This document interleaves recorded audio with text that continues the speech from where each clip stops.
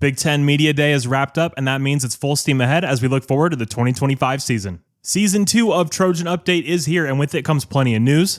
We're going to talk about Lincoln Riley's press conference, USC's placement in the media poll. We have an update on starting left guard DJ Wingfield. We have reaction to the new fall roster. And we have Lincoln Riley's Hassan Longstreet comments during his appearance on The Herd.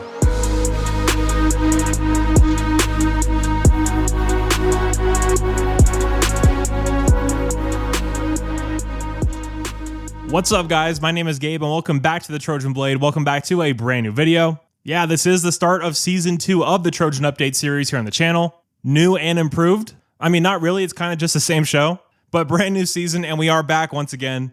In case you haven't seen this particular series of videos before, this is just where we go over all the news involving USC football. It's all compiled into one place, making this your one-stop shop for all things USC news. So yeah, we obviously have a lot to talk about, so if you are enjoying the videos, please do leave a like and subscribe to the channel if you haven't already. And if you do want to help support the channel in a much bigger way, the best way to go about doing that is the Trojan Blade Patreon. That is linked down below in the description of every single video. For just $5 a month, you can see your name in every single video here on the channel. And I do have some bonus content coming to Patreon members during the season. Thank you guys so much for being here. Now let's get into it. All right, so first up, let's talk about USC's presumed starting left guard, DJ Wingfield. If you aren't familiar with the situation, pretty much he has not been given a waiver yet to play for this season. So as of right now, on Thursday, July 24th, our starting left guard is not eligible to play. And pretty much now, this is completely in the hands of the courts. DJ and his team are going to have to file an injunction. No idea why that hasn't been done yet, but they are working on that now. And guys, this means that until he becomes cleared, he can't even practice with the team during fall camp. So look, I don't know all the legal jargon. I don't know how this is going to turn out. But what I can talk about is what the hell are we going to do on the offensive line? So right now, as I see it, there's only a few options. This is truly just so USC to have something like this happen. But the way I see it, John Ray Reed is going to be your center. You cannot move him out of that spot. We finally have a guy with experience playing the center position. That's too big an asset just to give up to kick someone else in there. I've seen a lot of people say that Killian O'Connor should start at center. John Ray Reed could play guard. Big General is way too valuable for that, in my opinion. Guard is just a less valuable spot than center. That's just the reality of football. I've seen some people say that Killian O'Connor should play guard. Guys, he's 290 pounds. He's not going to play guard in the Big Ten. Now, for me personally, I want Justin Ta'anu and Tobias Raymond on the field together no matter what. I know they're both natural tackles, and Elijah Page certainly is not leaving that left tackle spot. But taking out the positional side of this, your best offensive linemen on this team are Elijah Page and John Ray Reed, and then Tobias Raymond and Justin Ta'anu. They're both better players than Alani Noah. They're both better players than Micah Banuelos, Hayden Treater, Makai Sena, all those young guys. Mainly because we haven't seen them. But what I do know is that I would personally do anything to get Justin and Tobias on the field together. Now let's say that's out of the equation. He's a tackle, we're not going to put him at guard. Fair enough. But then you are looking at a guy like a Micah Banuelos, who this coaching staff is very high on. Keep in mind, this was your backup left tackle during large portions of last season. I mean, he's 6'2", that's crazy. But that just shows you the confidence that the coaching staff has in this kid. So as of right now, that would be the most likely scenario in my opinion. But what I will say is that if the offensive line is Elijah Page at left tackle, Micah Banuelos at left guard, John Ray Reed at center, Alani Noah at right guard, and Tobias Raymond at right tackle, you are 1 or 2 injuries away from absolute catastrophe along the offensive line. This is not a deep group. Lincoln Riley at Media Day today said that we have national title caliber depth along the offensive line. That's just not true. And the crazy thing is that DJ Wingfield isn't even a big-time player. I think he can be replacement level. But guys, this isn't Andrew Voorhees we're talking about, and now he's not even available. So yeah, the O-line is in a bad spot heading into the year. Pray to the football gods that we stay healthy because we cannot afford any injuries along the O-line. Speaking of fall practice, I've gotten a lot of questions about this. You see this tweet from Connor Morissette. USC's 2025 football practices begin Wednesday, July 30th. So we are less than a week away from the kickoff of fall camp. Absolutely excited for that. Okay, next up, let's take a look at the Big Ten preseason media poll. Now, I'm obviously not the highest on USC this year. I see it as a developmental year. A lot of you guys have us winning 10 or 11 games. I don't see it that way personally. I think we're going to be anywhere from 7, 8, or 9 wins. Don't see us going any higher than that. But to have us at 9th in this poll is just disrespectful in my opinion. To put Iowa and Nebraska above USC makes little to no sense to me personally. And you could even argue to have us at 5 or 6. But let's just say, yeah, we lost to Michigan last year. Indiana went on a hell of a run and actually upgraded at quarterback in my opinion with Mendoza. So fine, put us at 7. But at 9th, behind Nebraska. Absolutely insane. Say whatever you will about Jaden Maiava, but when we saw Dylan Raiola at the Coliseum last year, that's probably the most unimpressive quarterback I watched playing against USC the entire year. When I went back and did our rewatch, all I could think was, thank God Dylan Raiola did not decide to come here. Even taking apart all the Patrick Mahomes cosplay cringe, just on the field, Dylan Raiola is not good. Not to say he won't be this year, but last year he just was very, very mediocre in my opinion. So yeah, I don't agree with having us at 9th at all. Put us at 7th, sure, but realistically, we should probably be 6th or 5th. That's where I'd have us anyway. Also, sort of off topic, but Washington is the most slept on team in this entire conference. Bet the over on their win total. Thank me later. All right, next up, I want to play 2 different audio clips for you. One is from Lincoln Riley's appearance on The Herd this morning, and the second is Lincoln's appearance on Tunnel Vision with Ryan Abraham and Connor Morissette over on USCFootball.com. Make sure you guys go check them out. But this is Lincoln Riley discussing Hassan Longstreet and Jaden Maiava. Have a listen. Could it be a rotational situation? How do you weigh it when you have an enormously gifted backup quarterback?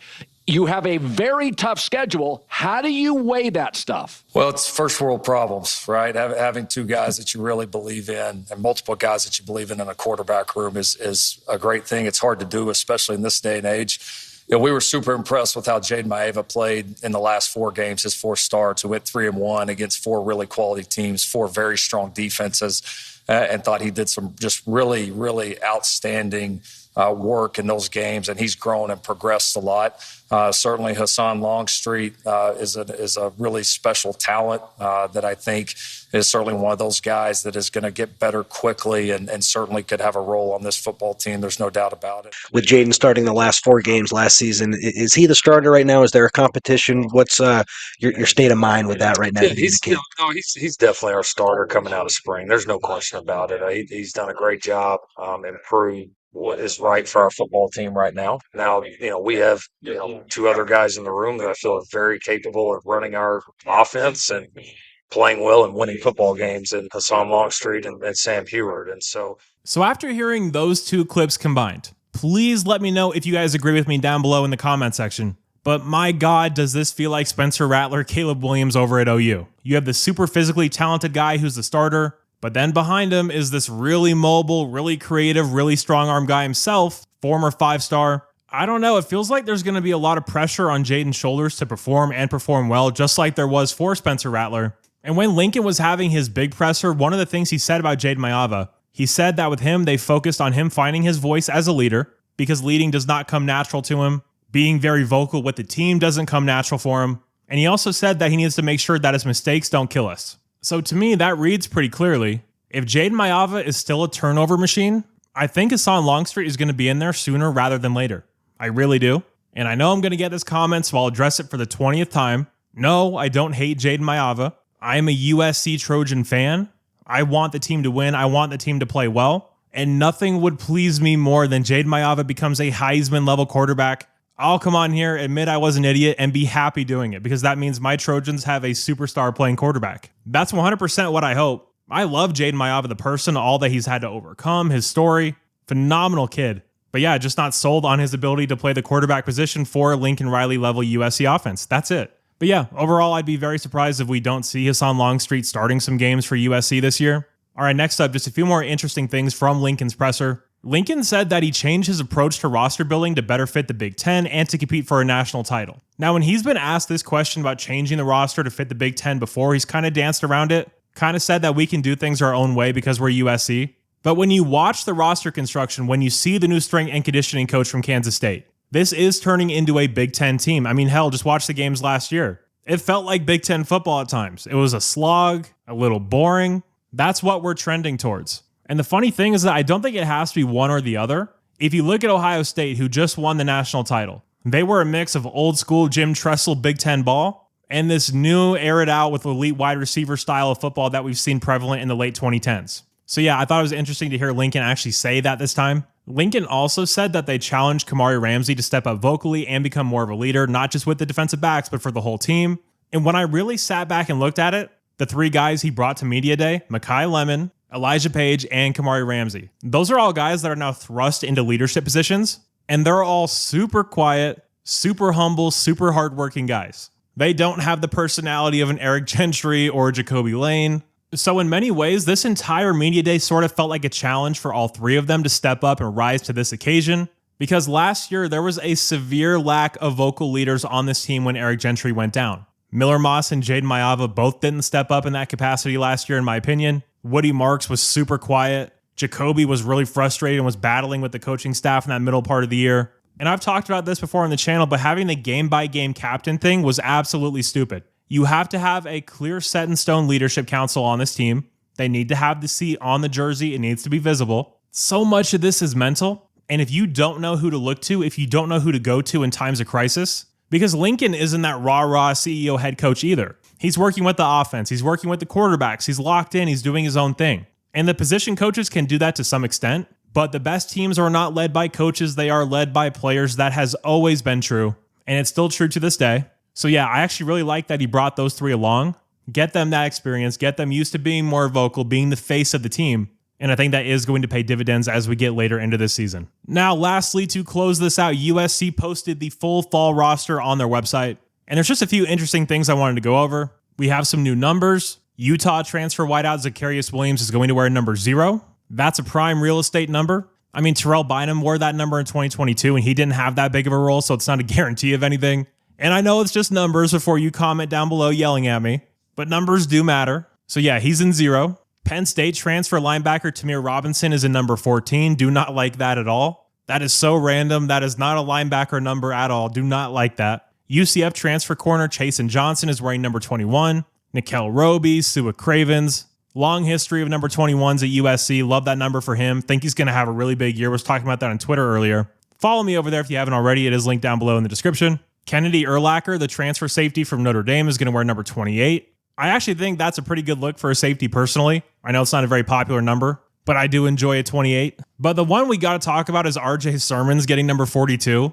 I know there's been a lot of cool number 42s at USC, obviously. But man, for a corner, I don't know. That just doesn't feel right to me. Kind of feel like they did him dirty with that one. I mean, you've seen guys like Marlon Humphrey for the Ravens wearing 44 and he makes it look cool. But yeah, I feel bad for RJ with that one. And a guy I think you're going to be seeing a good amount of this year, Gus Cordova, the true freshman defensive end from Texas. He's going to be wearing number 90. That's a phenomenal look, obviously. I think people are going to like him a lot more than the last guy that wore 90. That's all I'm going to say on that. But yeah, an interesting thing with the weight on this roster, they rounded everybody's weight to the nearest 5 or 0. So there's no true weights on here. But the most notable one is that Jamal Jarrett, the transfer defensive tackle from Georgia, actually put on weight. In spring, Lincoln Riley said it was a really big deal to get him in shape, get him more conditioned, but he's actually put on like 11 pounds. He's up to 6'5", 360. So he wasn't going to be playing a lot of snaps anyway.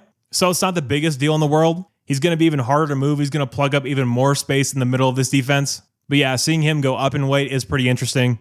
Also, I haven't seen this really talked about, but when Hassan Longstreet signed with USC, they said he was 6'2". And now when you look at the roster, it says he's 6 foot. And when you see him standing next to Jaden Mayava, he definitely looks 6 foot. So yeah, I have no idea why they had him at 6'2" on that original posting. But yeah, now I'm just nitpicking. Anyways, that is all the news for today, guys. Trojan Update is going to be back every single week. We're going to be finishing the fall camp preview series early next week. We have the defensive backs to talk about last. And yeah, we're full steam ahead to the start of the season. Before you know it, we're going to be kicking off against Missouri State, and I'm going to be losing my mind on here like I always do. So thank you guys so much for coming along on this ride with me. It's super cool to see this channel grow the way it has. And if you did happen to enjoy this video, please do leave a like and subscribe to the channel if you haven't already.